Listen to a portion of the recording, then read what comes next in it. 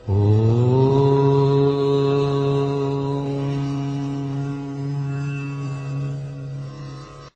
है, शक्तिपात में कंडक्टर का काम करने वाले व्यक्ति के साथ क्या साधक की साइकिक बाइंडिंग हो जाती है?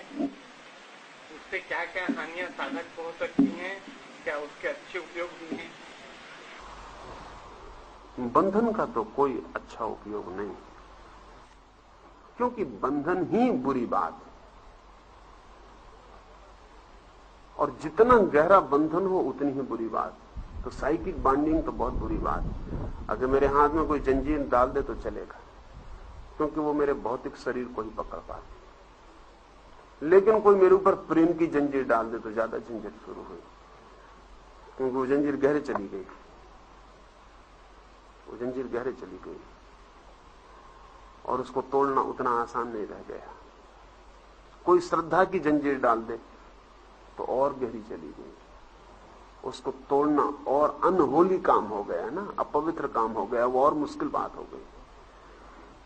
तो बंधन तो सभी बुरे हैं, और मनस बंधन तो और भी बुरे हैं। जो व्यक्ति शक्तिपात में वाहन का काम करे, वो व्यक्ति तो तुम्हें बांधना ही ना चाहेगा। अगर शक्तिपात हो रहा है तो वो व्यक्ति तो तुम्हें बांधना ना चाहेगा, क्योंकि अगर वो बांधना चाहता हो तो वो पाथरी नहीं है कि वो वाहन बन सके। हां, लेकिन तुम बन सकते हो, तुम बन सकते हो, तुम उसके पैर पकड़ ले सकते हो कि मैं अब आपको न छोड़ूंगा, आपने मेरे ऊपर इतना उपकार किया। उस समय सजग होने की जरूरत है,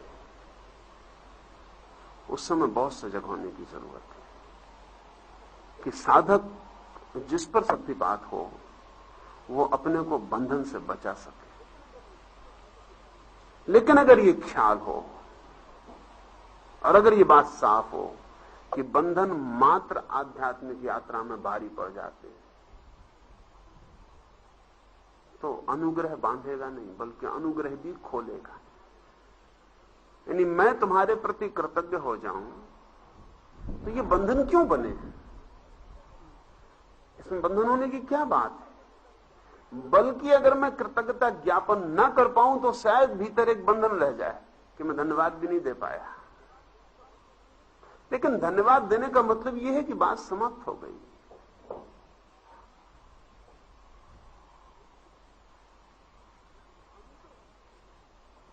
अनुग्रह बंधन नहीं है, बल्कि अनुग्रह का भाव परम स्वतंत्रता का भाव है।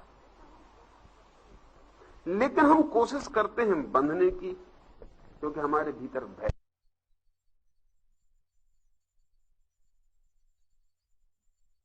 परम स्वतंत्रता का भाव है। लेकिन हम कोशिश करते हैं बंधने की, क्योंकि हमारे भीतर भय है, और हम सोचते हैं अकेले खड़े पकड़ के हम सुरक्षित होना चाहते हैं, एक तरह की सिक्योरिटी। और साधक को सुरक्षा से बचना चाहिए। साधक के लिए सुरक्षा सबसे बड़ा मोहजाल है।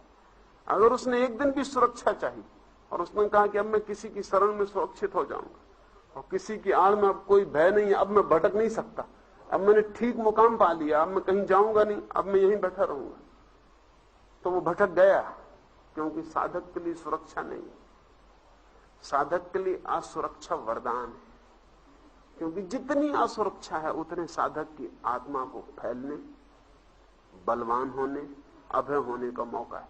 जितनी सुरक्षा है उतना साधक के निर्बल होने की व्यवस्था है, वो उतना निर्बल हो जाएगा।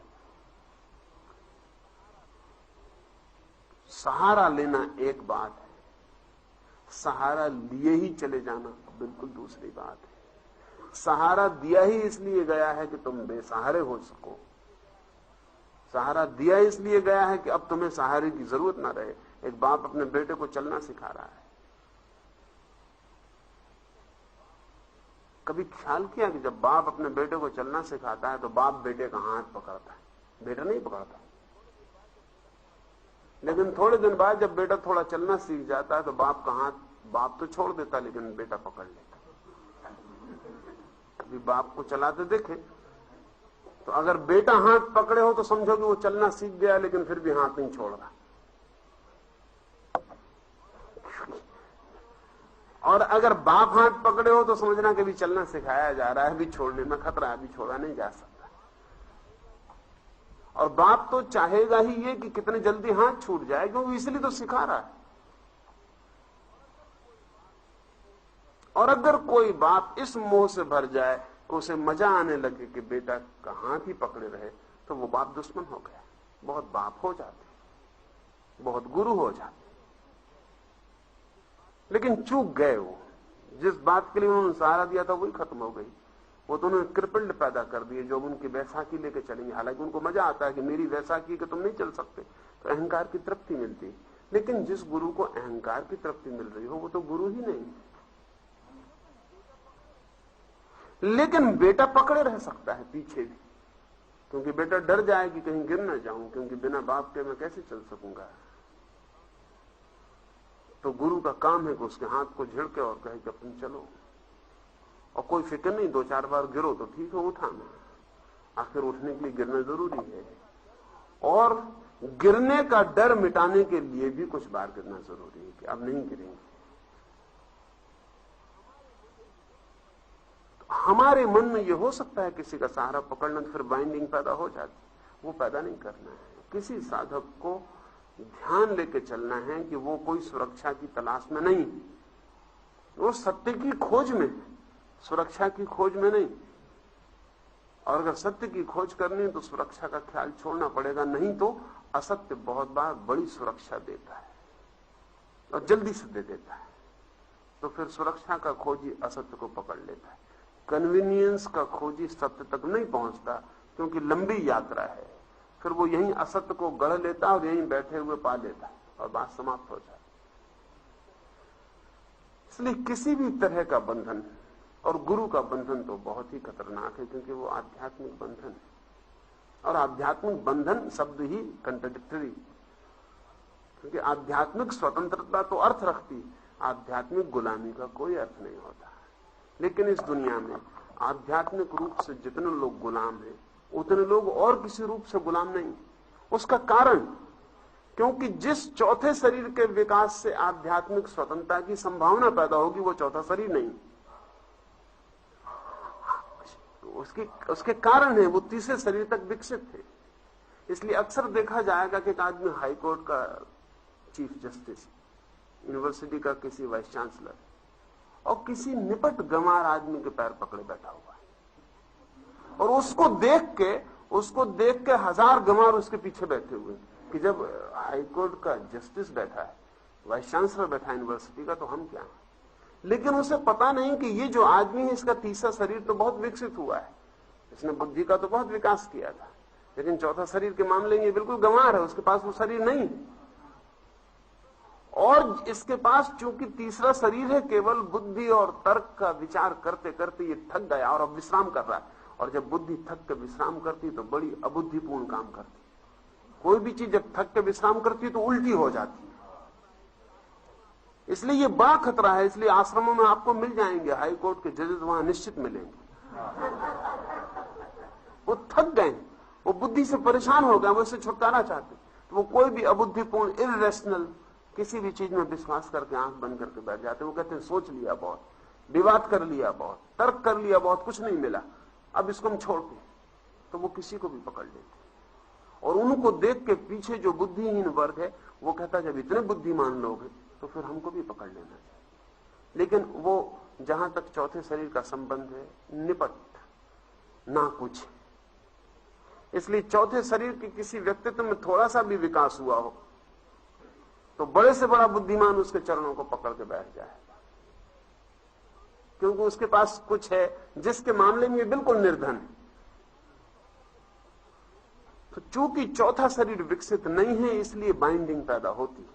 ऐसा मन होता है किसी को पकड़ लो, जिसका विकसित है उसको पकड़ लो, लेकिन उसको पकड़ने से विकसित नहीं हो जाएगा, उसको समझने से विकसित हो सकता है।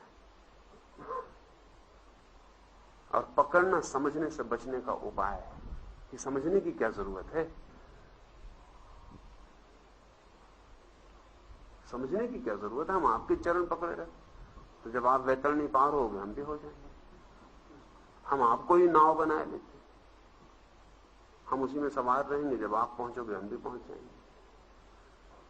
समझने में कष्ट है, समझने में अपने को बदलना पड़ेगा। समझना एक प्रयास, एक साधना है, समझना एक श्रम है, समझना एक क्रांति है, समझने में एक रूपांतरण होगा, सब बदलेगा, पुराना नया करना पड़ेगा। इतनी झंझट क्यों करनी पड़ेगी? जो आदमी जानता है हम उसको पकड़ लेंगे, हम उसके पीछे चले जाएंगे। लेकिन इस जगत में सत्य तक कोई किसी के पीछे नहीं जा सकता, वहां अकेले ही पहुंचना पड़ता है। वो रास्ता ही निर्जन है, वो रास्ता ही अकेले का है, इसलिए किसी तरह का बंधन वहां बाधा है।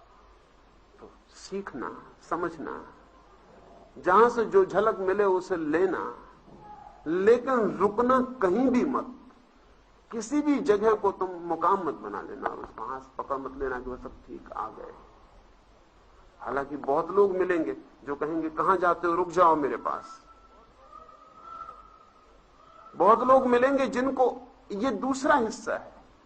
जैसे कि मैंने कहा, भयभीत आदमी बंधना चाहता है किसी से, तो कुछ भयभीत आदमी बांधना भी चाहते हैं किसी को, उनको उससे भी अभय हो जाता है।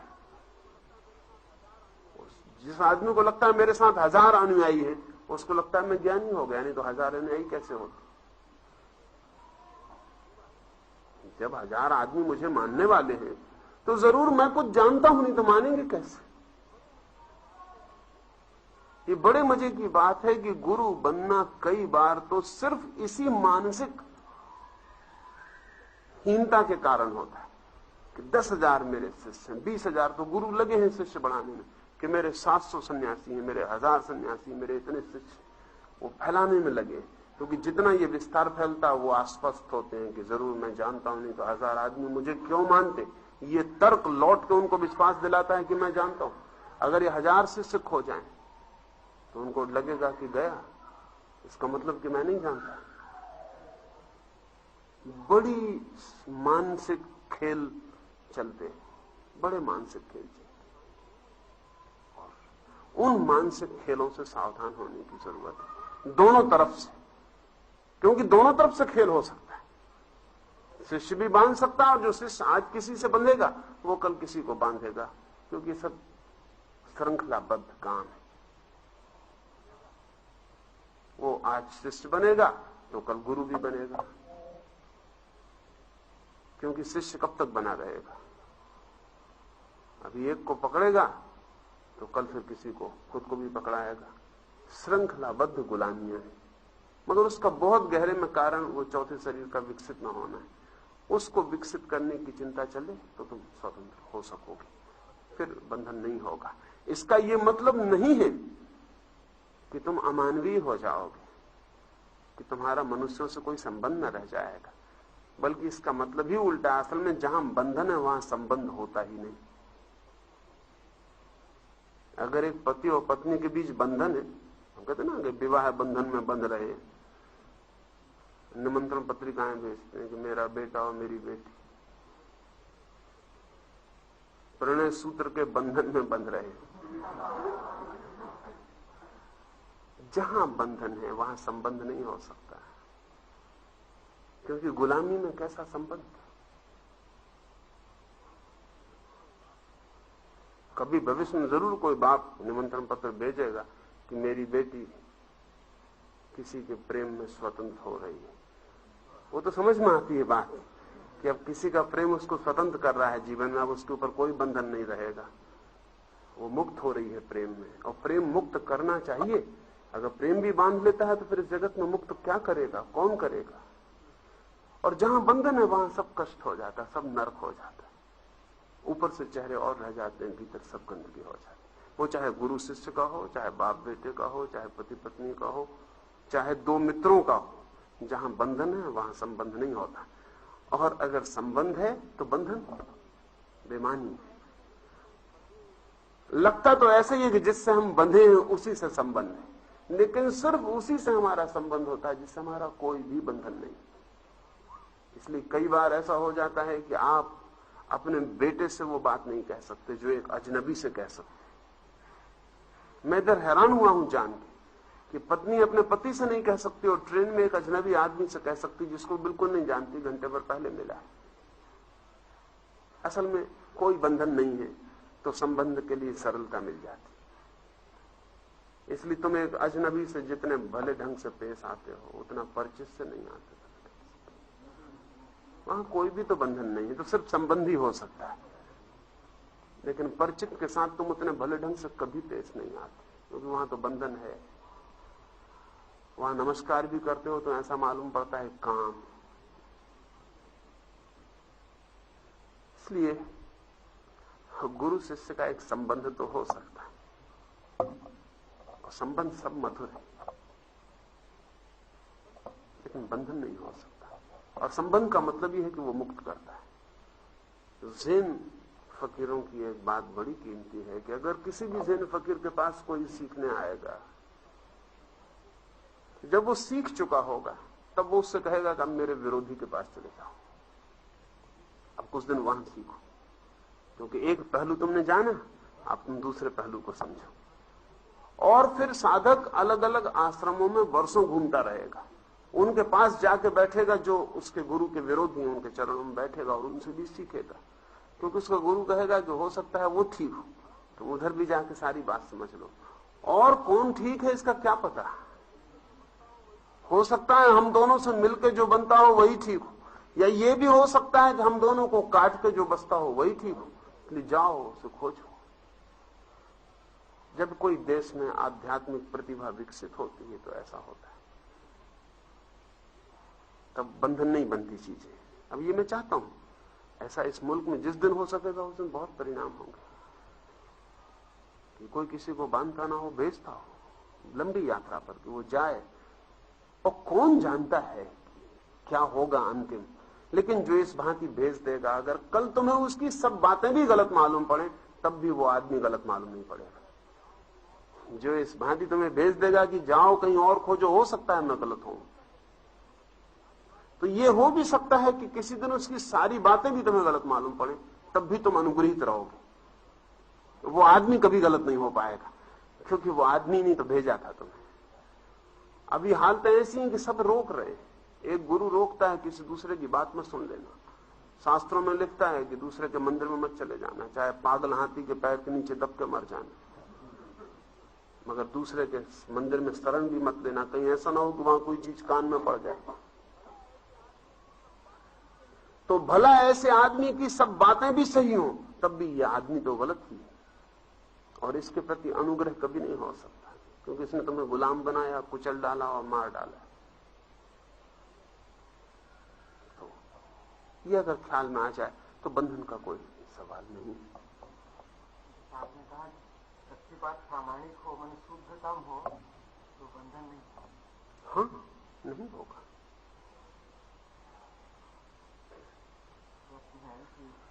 सच्ची बात के नाम पर साइकिक एक्सप्लॉयटेशन संभव है क्या, कैसे संभव है, और उससे साधक बचे कैसे?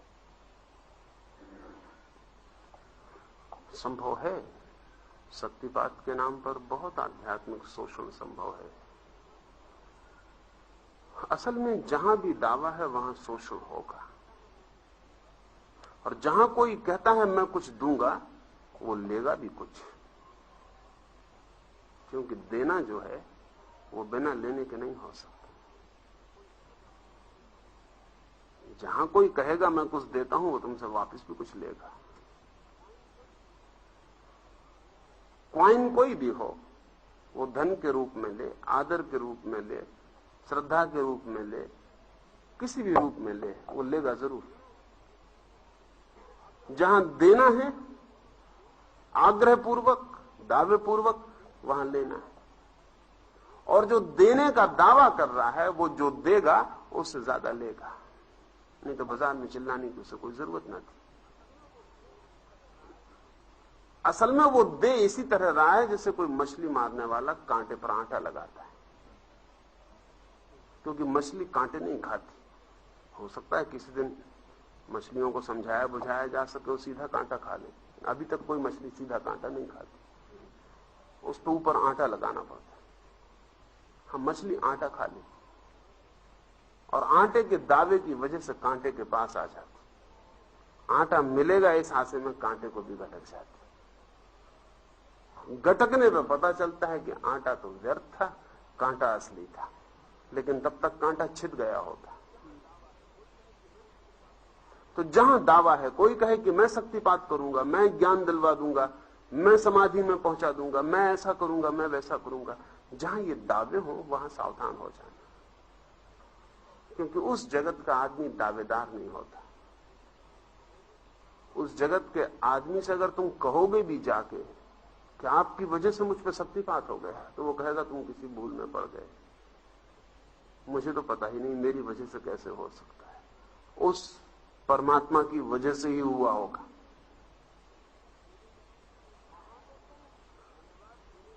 वहां तो तुम धन्यवाद देने जाओगे तो भी स्वीकृति नहीं होगी कि मेरी वजह से हुआ है। वो तो कहेगा तुम्हारी अपनी ही वजह से हो गया होगा, तुम किस भूल में पड़ गए हो, वो परमात्मा की कृपा से हो गया होगा। मैं कहां हूं, मैं किस कीमत में हूं, मैं कहां आता हूं। जीसस निकल रहे हैं एक गांव से और एक बीमार आदमी को लोग उनके पास लाए हैं, उन्होंने उसे गले से लगा लिया और वो ठीक हो गया।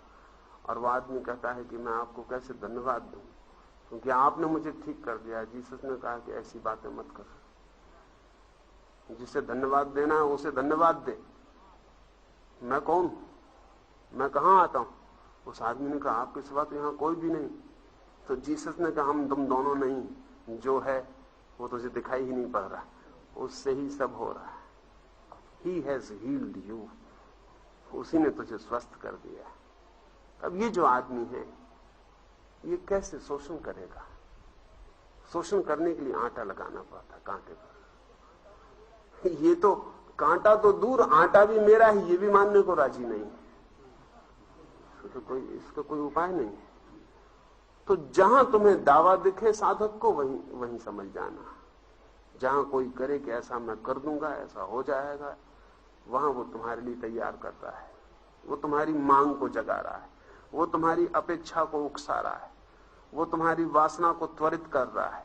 और जब तुम वासनाग्रस्त हो जाओ, कहोगे कि दो महाराज, तब वो तुमसे मांगना शुरू कर देगा। बहुत शीघ्र तुम्हें पता चलेगा कि आटा ऊपर था, कांटा भीतर है। इसलिए जहां दावा हो वहां संभल के कदम रखना, वो खतरनाक जमीन है। जहां कोई गुरु बनने को बैठा हो उस रास्ते से मत निकलना, क्योंकि वहां उलझ जाने का डर है। इसलिए साधक कैसे बचे, बस वो दावे से बचे तो सबसे बच जाएगा। वो दावे को न खोजे, वो उस आदमी की तलाश न करे जो दे सकता है, नहीं तो झंझट में पड़ेगा। क्योंकि वो आदमी भी तुम्हारी तलाश कर रहा है जो फंस सकता है। वो सब घूम रहे हैं, वो भी घूम रहा है कि कौन आदमी को चाहिए। तुम मांगना ही मत, तुम दावे को स्वीकार ही मत करना। और तब तुम्हें जो करना है वो और बात है, तुम्हें जो तैयारी करनी है वो तुम्हारे भीतर तुम्हें करनी है। और जिस दिन तुम तैयार होगे उस दिन वो घटना घट जाएगी, उस दिन किसी भी माध्यम से घट जाएगी। माध्यम गौण है, खूंटी की तरह है। जिस दिन तुम्हारे पास कोट होगा, क्या तकलीफ पड़ेगी खूंटी खोजने में, कहीं भी टांग दोगे। नहीं भी खूंटी होगी तो दरवाजे पर टांग दोगे, दरवाजे नहीं होगा झाड़ की शाखा पर टांग दोगे, कोई भी खूंटी का काम कर देगा। असली सवाल कोट का है, लेकिन कोट नहीं है हमारे पास। खूंटी दावा कर रही कि इधर आओ, मैं खूंटी यहां हूं, तुम फंसोगे। कोट तो तुम्हारे पास नहीं है, खूंटी के पास जाके भी क्या करोगे। खतरा यही है कि खूंटी में तुम ही ना टंग जाओ। तो कोट तो नहीं है तुम्हारे पास। इसलिए अपनी पात्रता खोजना है, अपनी योग्यता खोजनी है, अपने को उस योग बनाना है कि मैं किसी दिन प्रसाद को ग्रहण करने योग्य बन सकूं। फिर तुम्हें चिंता नहीं लेनी है, वो तुम्हारी चिंता नहीं है। इसलिए कृष्ण जो कहते हैं अर्जुन को वो ठीक ही कहते हैं। उसका मतलब ही इतना है, वो कहते तू कर्म कर और फल परमात्मा पर छोड़ दे, उसकी तुझे फिक्र नहीं करनी। उसकी तूने फिक्र की तो कर्म में बाधा पड़ती, क्योंकि उसकी फिक्र की वजह से ऐसा लगता है कर्म क्या करनी, फल की पहले चिंता करो। उसकी वजह से ऐसा लगता है कि क्या करना है मुझे, फल क्या होगा इसको देखूं, और तब तब गलती सुनिश्चित हो जाने वाली है। इसलिए कर्म की फिक्र ही अकेली फिक्र है हमारी। हम अपने को पात्र बनाने योग्य करते रहे, जिस दिन क्षमता हमारी पूरी होगी, ऐसे ही जैसे जिस दिन बीज की क्षमता फूटने की पूरी होती है उस दिन सब मिल जाता है। जिस दिन फूल खिलने को पूरा तैयार होता है, कली टूटने को तैयार होती है, सूरज तो निकल भी आता है, उसमें कोई अड़चन नहीं, सूरज सदा तैयार है। लेकिन हमारे पास कली नहीं है खिलने को, सूरज निकल गया है, होगा क्या? इसलिए सूरज की तलाश मत करो, अपनी कली को गहरा करने की फिक्र करो। सूरज सदा निकला हुआ है, वो तत्काल उपलब्ध हो जाता है। इस जगत में पात्र एक क्षण को भी खाली नहीं रह जाता है। जिस तरह की भी पात्रता हो वो तत्काल भर दी जाती है। असल में पात्रता का हो जाना और भर जाना दो घटनाएं नहीं, एक ही घटना के दो पहलू। जैसे हम इस कमरे की हवा बाहर निकाल दें, दूसरी हवा इस कमरे की खाली जगह को तत्काल भर देगी। ये दो हिस्से नहीं है, इधर हम निकाल नहीं पाए कि उधर नई हवा ने दौड़ना शुरू कर दिया। ऐसे ही अंतर जगत के नियम है, हम इधर तैयार नहीं हुए कि वहां से जो हमारी तैयारी की मांग है वो उतरनी शुरू हो जाती। लेकिन कठिनाई हमारी है कि हम तैयार नहीं होते और मांग हमारी शुरू हो जाती, तब झूठी मांग के लिए झूठी सप्लाई भी हो जाती। अब मैं इधर बहुत हैरान होता हूं, ऐसे लोग हैरानी में डालते हैं। एक आदमी आता है, वो कहता है मेरा मन बड़ा अशांत है, मुझे शांति चाहिए। उससे आधा घंटे में बात करता हूं तो मैं कहता हूं कि सच में ही तुम्हें शांति चाहिए? तो वो कहता है शांति तो अभी क्या है कि मेरे लड़के को पहले नौकरी चाहिए, उसी की वजह से अशांति है, नौकरी मिल जाए तो ठीक हो जाए। तब ये आदमी कहता हुआ आया था कि मुझे शांति चाहिए, वो इसकी जरूरत नहीं। इसकी असली जरूरत दूसरी, जिसका शांति से कुछ लेना देना नहीं है। इसकी जरूरत है कि इसके लड़के को नौकरी चाहिए। तब ये मेरे पास गलत आदमी के पास आ गया। अब वो जो बाजार में दुकान लेके बैठा है वो कहता नौकरी चाहिए, इधर आओ, हम नौकरी भी दिलवा देंगे और शांति भी मिल जाएगी। इधर जो भी आते हैं उनको नौकरी मिल जाती, इधर जो आते हैं उनका धन बढ़ जाता है, इधर जो आते हैं उनकी दुकान चलने लगती। और उस दुकान के आसपास 10-5 आदमी आपको मिल जाएंगे जो कहेंगे मेरे लड़के को नौकरी मिल गई, मेरी पत्नी मरते से बच गई, मेरा मुकदमा हारते से जीत गया, धन के अंबार लग गए। वो 10 आदमी उस दुकान के आसपास मिल जाएंगे। ऐसा नहीं कि वो झूठ बोल रहे हैं, ऐसा नहीं कि वो झूठ बोल रहे हैं, ऐसा भी नहीं कि वो किराए के आदमी, ऐसा भी नहीं कि वो दुकान के दलाल नहीं, ऐसा कुछ भी नहीं। जब 1000 आदमी किसी दुकान पर नौकरी खोजने आते हैं, 10 को मिल ही जाती। जिनको मिल जाती वो रुक जाते हैं, 999 भी चले जाते। वो जो रुक जाते हैं वो खबर करते रहते, धीरे धीरे उनकी भीड़ बड़ी होती जाती। इसलिए हर दुकान के पास ऑथेंटिक है वो दावेदार, वो जो कह रहे हैं कि मेरे लड़के को नौकरी मिली, इसमें झूठ नहीं है कोई, ये कोई खरीदा हुआ आदमी नहीं। ये भी आया था, इसके लड़कों को मिली है, जिनको नहीं मिली है वो जा चुके हैं, वो दूसरे गुरु को खोज रहे हैं कि कहां मिले, जहां मिले वहां चले गए, यहां वही रह गए जिनको मिल गई। वो हर साल लौट आते हैं, हर त्योहार पर लौट आते हैं, उनकी भीड़ बढ़ती चली जाती। और इस आदमी के आसपास एक वर्ग खड़ा हो जाता है जो सुनिश्चित प्रमाण बन जाता है, भाई मिली है इतने लोगों को तो मुझे क्यों ना मिलेगी। ये आटा बन जाता है और कांटा बीच में है, और ये सारे लोग आटे बन जाते हैं और आदमी फंस जाता है। मांगना ही मत, नहीं तो फंसना निश्चित। मांगना ही मत, अपने को तैयार करना और भगवान पे छोड़ देना कि जिस दिन होता होगा होगा, नहीं होगा तो हम समझेंगे हम पात्र नहीं थे।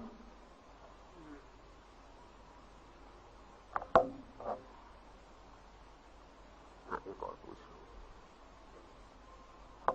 साधक का कई व्यक्तियों के माध्यम से शक्तिपात लेना उचित है या हानिकारक? कंडक्टर बदलने में क्या क्या हानियां संभव है और क्या? असल तो ये है कि बहुत बार लेने की जरूरत तभी पड़ेगी जबकि शक्तिपात न हुआ हो। बहुत लोगों से लेने की जरूरत तभी पड़ेगी जबकि पहले जिनसे लिया हो वो बेकार गया हो, न हुआ हो। अगर हो गया तो बात खत्म है। बहुत बार लेने की जरूरत इसलिए पड़ती है कि दवा काम नहीं कर पाई, बीमारी अपनी जगह खड़ी है, स्वभाव था फिर डॉक्टर बदलने पड़ते हैं। लेकिन जो बीमार ठीक हो गया वो नहीं पूछता कि डॉक्टर बदलूं या ना बदलूं, वो जो ठीक नहीं हुआ वो कहता है कि मैं दूसरे डॉक्टर से दवा लूं या क्या करूं। 10-20 डॉक्टर बदल लेता है। तो एक तो अगर शक्तिपात की किरण उपलब्ध हुई जरा भी तो बदलने की कोई जरूरत नहीं पड़ती, तो प्रश्न ही नहीं है फिर उसका। नहीं उपलब्ध हुई तो बदलना ही पड़ता है, वो बदलते ही रहते हैं आदमी। और अगर उपलब्ध हुई है कभी एक से तो फिर किसी से भी उपलब्ध होती रहे, कोई फर्क नहीं पड़ता। वो सब एक ही स्रोत से आने वाले, माध्यम ही अलग है, कोई अंतर नहीं पड़ता। रोशनी सूरज से आती कि दिए से आती कि बिजली के बल्ब से आती, इससे कोई फर्क नहीं पड़ता।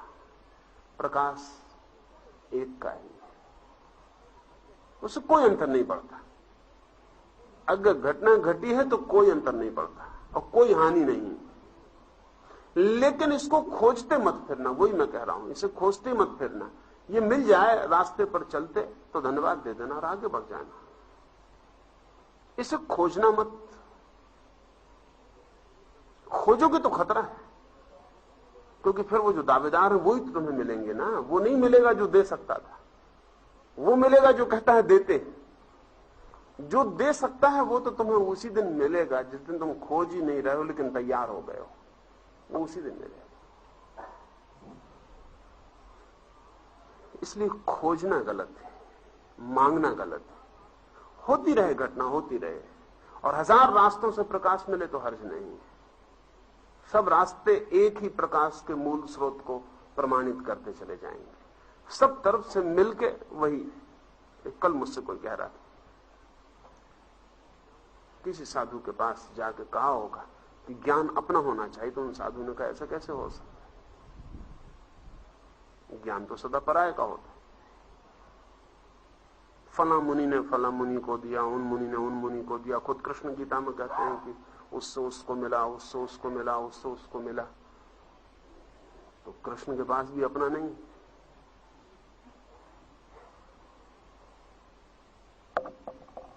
तो मैंने उसको कहा कि कृष्ण के पास अपना है, लेकिन जब वो कह रहे हैं कि उससे उसको मिला, उससे उसको मिला, तो वो ये कह रहे हैं कि जो ये ज्ञान मेरा है, ये जो मुझे घटित हुआ है, ये मुझे ही घटित नहीं हुआ है, ये पहले फला आदमी को भी घटित हुआ था।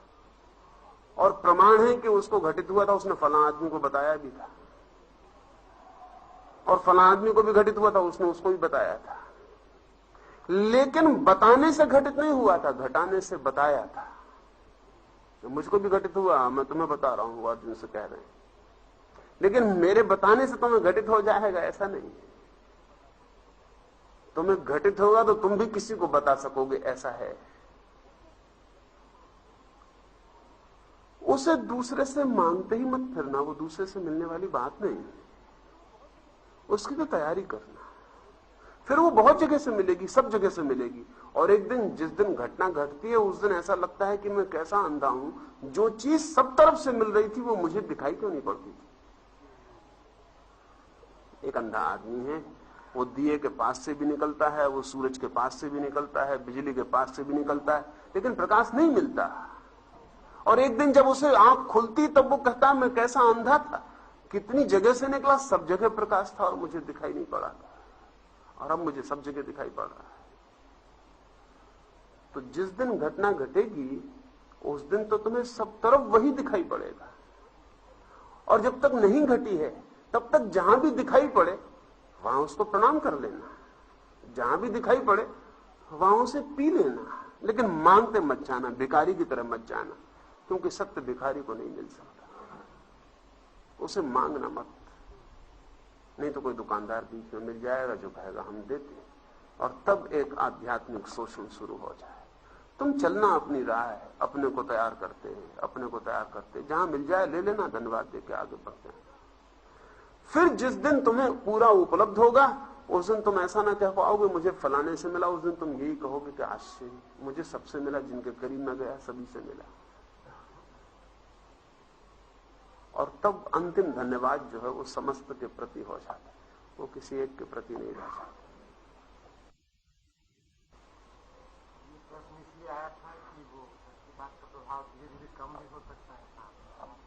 हाँ हाँ, वो कम होगा ही। असल में दूसरे से कुछ भी मिलेगा तो वो कम होता चला जाएगा, वो सिर्फ झलक है। वो तो उस पर तुम्हें निर्भर भी नहीं होना है, उसे तो तुम्हें अपने भीतर ही जगाना है किसी दिन, तभी वो कम नहीं होगा।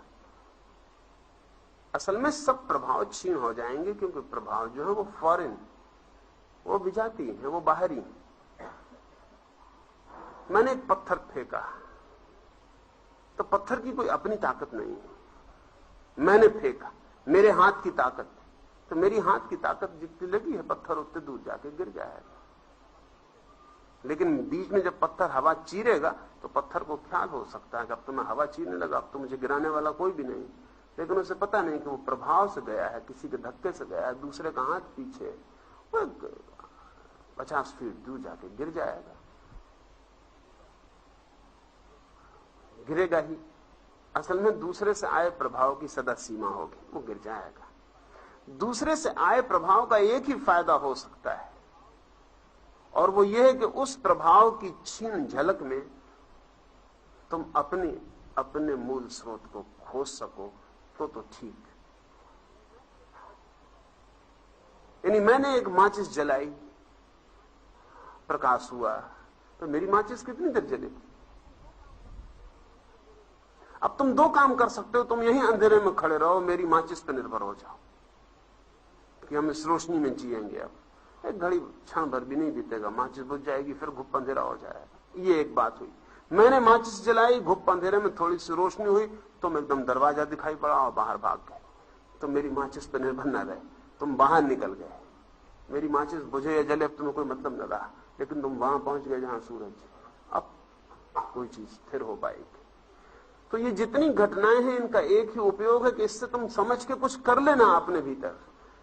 इसके लिए मत रुक जाना, इसकी प्रतीक्षा करते रहोगे तो बार बार माचिस जलेगी, बुझेगी, फिर धीरे धीरे कंडीशनिंग हो जाएगी, फिर तुम इसी माचिस के मुहताज हो जाओगे। फिर तुम अंधेरे में प्रतीक्षा करते रहो कब जले, फिर जलेगी तो तुम प्रतीक्षा करोगे बुझने वाली है, बुझने वाली है, अब गए, फिर अंधेरा हो जाएगा, बस एक चक्कर पैदा हो जाएगा।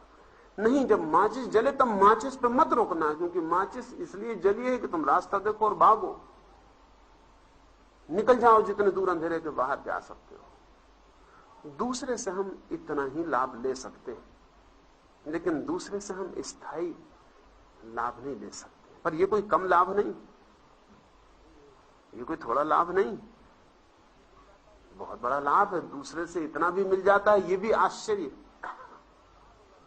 इसलिए जो दूसरा अगर समझदार होगा तो तुमसे नहीं कहेगा कि रुको, तुमसे कहेगा माचिस जल गई अब तुम भागो, अब तुम यहां ठहरना मत, नहीं तो माचिस तभी बुझ जाएगी। लेकिन अगर दूसरा तुमसे कहे कि अब रुको, देखो मैंने माचिस जलाई अंधेरे में, और किसी ने तुमने जलाई ना, मैंने जलाई, अब तुम मुझसे दीक्षा लो, अब तुम यहीं ठहरो, अब तुम कहीं छोड़कर मत जाना, खाओ कसम, अब ये संबंध रहेगा, अब ये टूट नहीं सकता। मैंने ही माचिस जलाई, मैंने तुम्हें अंधेरे में दिखाया, अब तुम किसी और की माचिस के पास तो ना जाओगे, अब तुम कोई और प्रकाश तो ना खोजोगे, अब तुम किसी और गुरु के पास मत रुकना, सुनना भी मत, अब तुम मेरे हुए। तो फिर खतरा हो गया। इससे अच्छा था ये आदमी माचिस न जलाता, इसने बड़ा नुकसान किया। अंधेरे में तुम खोज भी लेते, किसी तरह टकराते, धक्के खाते, किसी दिन प्रकाश में पहुंच जाते। अब इस माचिस को पकड़ने की वजह से बड़ी मुश्किल हो गई, अब कहां जाओगे?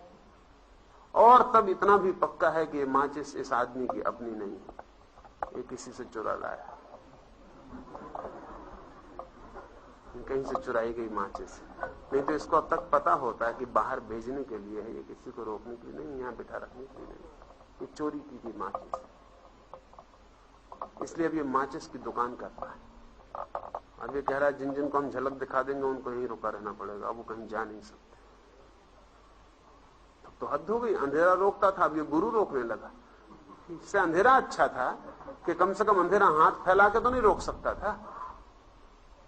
अंधेरा का जो रोकना था वो बिल्कुल ही पैसिव था, लेकिन ये गुरु तो एक्टिव रोकेगा, तो हाथ पकड़ कर रोकेगा, छाती अड़ा देगा बीच में और कहेगा कि धोखा दे रहे हो, दगा कर रहे हो। अभी एक लड़की ने मुझे आके कहा कि उसके गुरु ने उससे कहा कि तुम उनके पास क्यों गई? ये तो ऐसे ही है जैसे कोई पत्नी अपने पति को छोड़ के चली जाए। गुरु कह रहा उससे कि ये तो जैसे पत्नी व्रत और पतिव्रत एक के साथ होता है, ऐसा गुरु को छोड़कर चला जाए कोई दूसरे के पास, तो ये महान पाप है। ये चुराई हुई माचिस वाला अब माचिस से काम चलाएगा, और चुराई जा सकती है माचिस से, कोई कठिनाई नहीं है। शास्त्रों में बहुत माचिसें उपलब्ध है, उनको कोई चुरा। जल सकने का मतलब यह है कि असल में अंधेरे में मजा ऐसा है, अंधेरे में मजा ऐसा जिसने प्रकाश देखा ही नहीं, उसको कौन सी चीज जलती हुई बताई जा रही ये भी तय करना मुश्किल ना। जिसने प्रकाश देखा ही नहीं उसे कौन सी चीज जलाई हुई बताई जा रही है ये पक्का करना बहुत मुश्किल है। तो प्रकाश के बाद उसको पता चलेगा कि तुम क्या जला रहे थे, क्या नहीं जला रहे थे, वो जल भी रही थी कि नहीं जल रही, कि आंख बंद करके समझा रहे थे कि जल गई। वो सब तो तुम्हें प्रकाश दिखाई पड़ेगा, तब तुम्हें पता चलेगा। जिस दिन प्रकाश दिखाई पड़ेगा उसमें 100 में से 99 गुरु अंधेरे के साथी और प्रकाश के दुश्मन सिद्ध होते हैं। पता चलता है कि तो बहुत दुश्मन थे, ये सब शैतान की एजेंसीज थे। हाँ, कोई पूछना चाहता तो वहां कुछ? हाँ? नहीं तो अभी यही चलने है ना, अभी सामान नहीं पूछो, कल पूछ लेना।